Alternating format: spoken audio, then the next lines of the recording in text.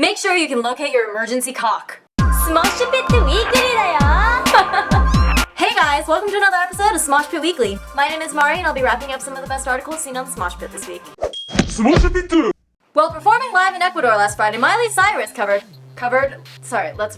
She desecrated Nirvana's infamous track, Smells Like Teen Spirit. In her grunge era-inspired rhinestone-clad jeans, Miley rocked out like a drunkard getting tased. This performance will subsequently cause zombie Kurt Cobain to crawl out of his grave and eat her flesh off. Smosh Pit! Another article I found awesome on the Smosh Pit this week was the 20 warning signs that make you go, what the fire truck? For example, and this. Drinking and eating gum, doing your laundry, and washing your hair in the porcelain pool is not okay. Unless you're a dog or Lindsay Lohan in jail. For more hilariously redundant and X-rated warning signs that make you puke and giggle all at the same time, check out the link below. Smosh Pit! The internet teaches us many important things. This week we learned how not to suck at taking senior photos. For starters, avoid cutting your hair like your favorite celebrities, especially if your favorite celeb is Joe Dirt or Kid and Play. Step 2.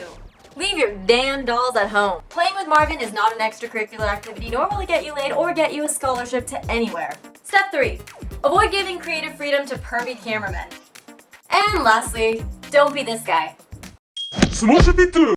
That's it for this week, guys. Everything you saw and heard in this episode are down in the links below, and although I didn't cover it, please check out the Pokemon musical. It is sweet.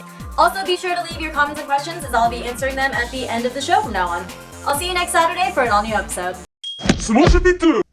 Interesting question. I know I come off as Norwegian, as you can see from my hair color and skin tone, but yeah, I am 100% Japanese, born in the US, but fluent in English and Japanese. I'm sorry, can you rephrase that?